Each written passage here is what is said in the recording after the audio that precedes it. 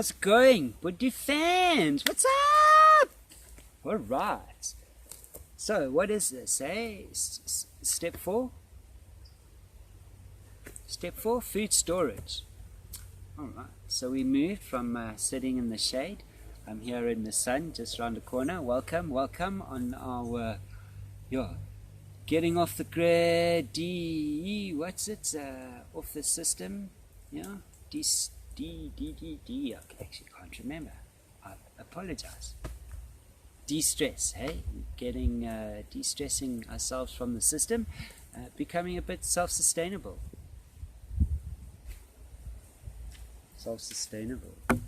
Building confidence in ourselves.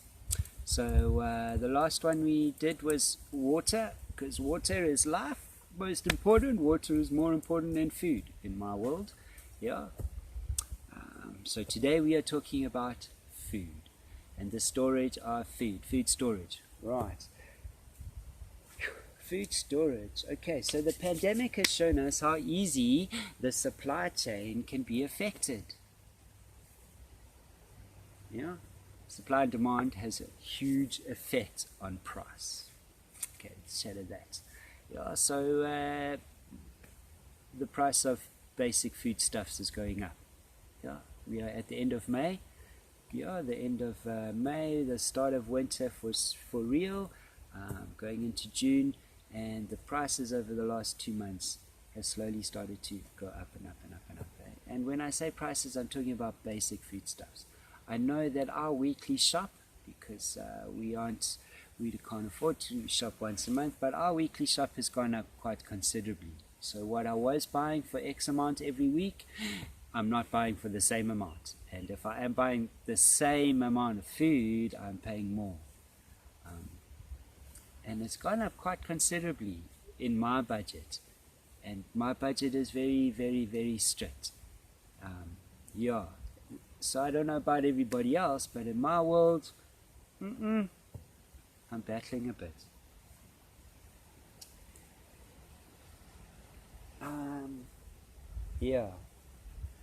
Alright.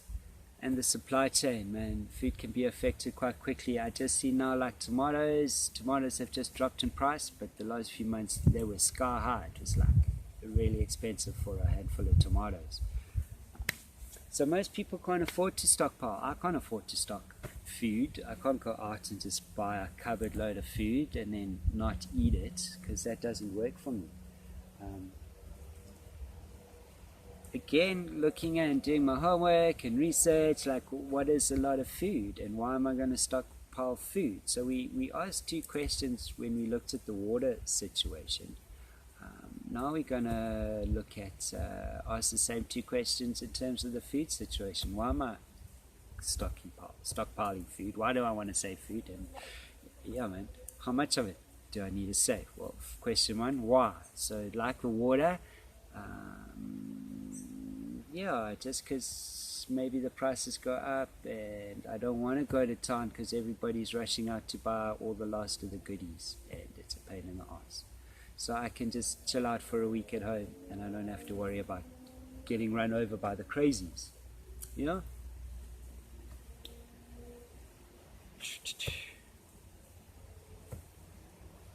So that's a good reason. And why I say start with 5 meals, because you'll be quite surprised how much food we actually eat and how much food we need. And when you start saying, you want to maybe put a couple of meals aside, you'll be really surprised at how much space that takes. So 5 meals doesn't really take a lot of space depending on what they are, and it's just a cool fun exercise. Put 5 meals aside and that could keep you going for a week. Not really, 3 days, because you'll eat it all. But what if you with a family? So moms generally know how to cook for a family-sized family, but do moms know how to stockpile for a family-sized family? And if we knew exactly how much food we ate over a period of time, we would be awfully surprised. So my understanding is, one person, me, I weigh 74. I weigh 74 kgs now. I weighed myself the other day. I haven't really changed. My weight has not changed in 20 years. I weigh 74 kgs, and I need about 400 to 450 kgs of food a year. Say that again. I need like 400 to 450 kgs of food a year to maintain me. It's my level of doing stuff. I'm not the most active person. Yeah. But that equates to like 36, 35 to 40 kgs of food a month. Let me say that again. That equates to, I think it's like 35. I've worked my stuff out on 35, 36 kgs per person per month. That's what 400 kgs a year. Yeah, 36 kgs for over 30 days. That's a lot of food. You can't even carry 36 kgs. Do you know? So one of the things I spoke about in that bugging out failure. When do you want to bug out? Well, never, because you can't carry enough food to bug out. So straight away you're on a reliance of others. So you want to stay in as long as possible. Why? Because you want to keep your food. And food is heavy. Food is heavy. 36 kgs per person per month. That's what you should have. So for a family of 4, that's what? Let's say 35, that's 70 times 2, because there's 4 of us. So that's 140 kgs of food a month. I can't lift 140 kgs. Can you carry 140 kgs? My car can't carry 100. No. My car's got a limit of 400 kgs. So we've got a set limit of my car 400, plus we're going to have a trailer of 300. So maximum we can travel with 700 kgs of anything. 700 kg. Well, right now as it stands, the maximum on that car is 350. Yeah? 350 kgs. And if there's 4 of us, so we altogether were, let's say 200 kgs, 4 of us. So we can only carry like 100 kgs of stuff. 100 kgs of stuff. So that means if I had to get in the car with my family and we had to bug out or drive somewhere or try and run away for whatever reason, get away from the zombies, I can't carry enough food for a month. That's a problem, eh? That's it. But at home, I can stockpile food. Yeah. But what? What does that mean? I need to like stockpile 2 tons of food for a year? What? I don't have a warehouse. What am I do with 2 tons of food? You know? So, yeah. Why do we want to stockpile food? Why do we want to have a bit of spare food? Well, besides the food in our pantry and in our kitchen, I don't know about you guys, but I must be honest, when my kitchen runs low, I can't actually live off the food. I have to restock. So I don't have a pantry of food that will keep my family going for a month. Yeah? I have the food I live on, and then I have a little storage of food that can last a few weeks. And that's it. And if I dip into the few weeks food, then I'm stressed if my car breaks down and I can't get to the shops, then we're in the trouble. So everything recycles, yeah? But I've started small, yeah, and we've started growing so that I have food that I can recycle, I have food that is stored, and if I can't get to the shops for any reason for like a week, I have stuff I can pull out. As long as I replace it, I never seem to run out of stuff. And that's the cool thing about storing food, I guess, especially when things become expensive, because you'll often find now you're going to the shops. Today you could afford to buy 2 bottles of tomato sauce, but next week you go to the shops, you can't even afford to buy 1 bottle. So you don't buy tomato sauce because you want to get something else. Why? Because you bought 2 bottles like 3 weeks ago, and you know somewhere you have a bottle. Do you know what I mean? It just lightens the load, especially if you can work it.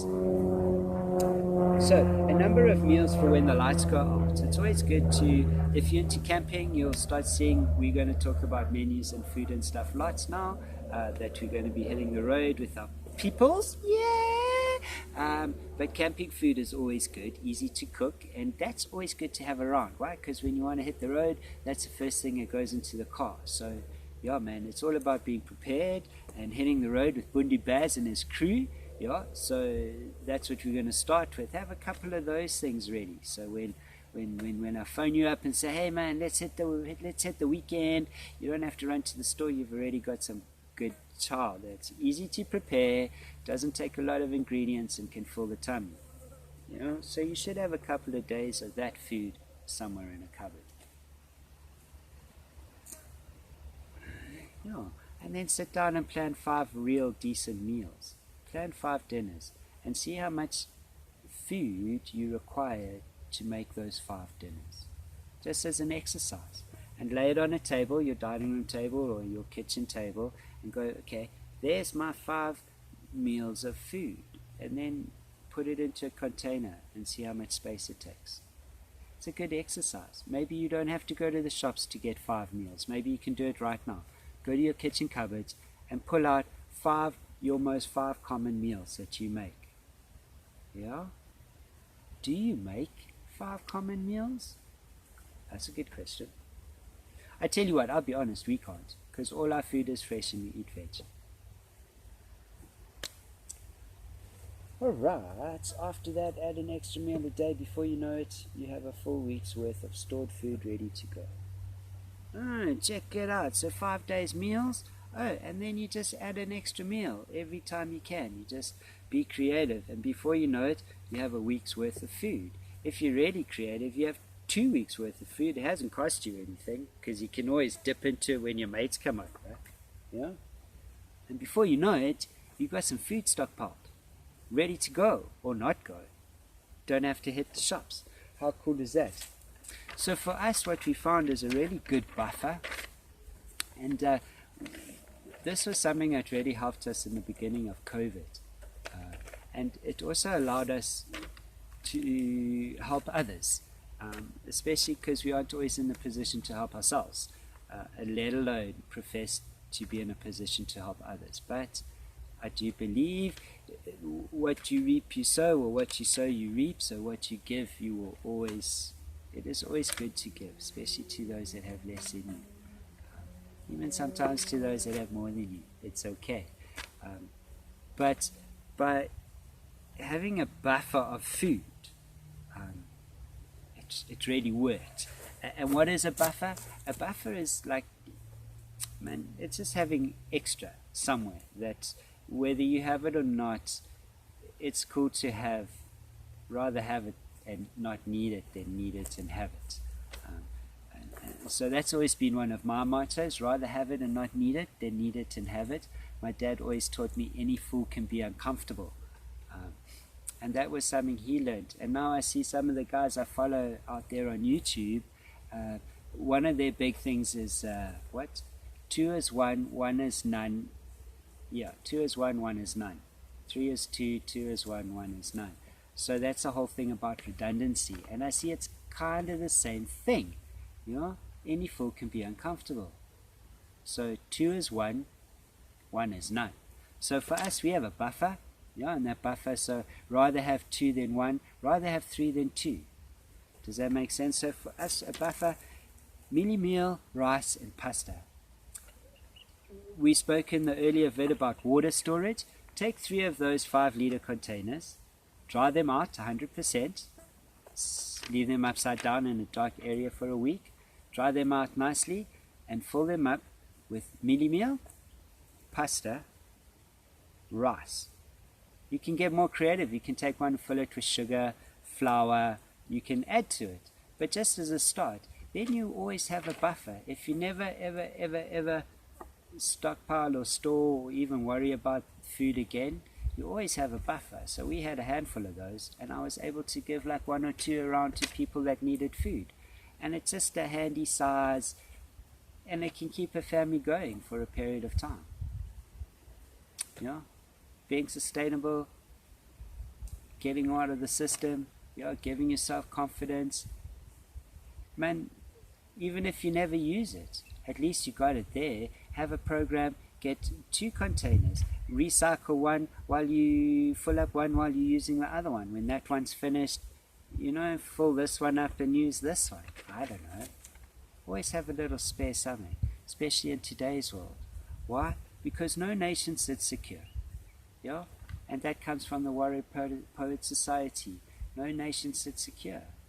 From bare independence, man, why do we want to prep? Well, to be have a bit of physical insurance against potential chaos. Can it happen? I don't know. What can happen? Anything can happen. But tomorrow, some dude can get really upset and drop a bomb on one of our harbors. Yeah. Maybe the farmers all give up and they don't want to send their food to market. Maybe there's no market to send the food to. How long can you be okay for? Just a thought. Anyway, Windy Bear's out.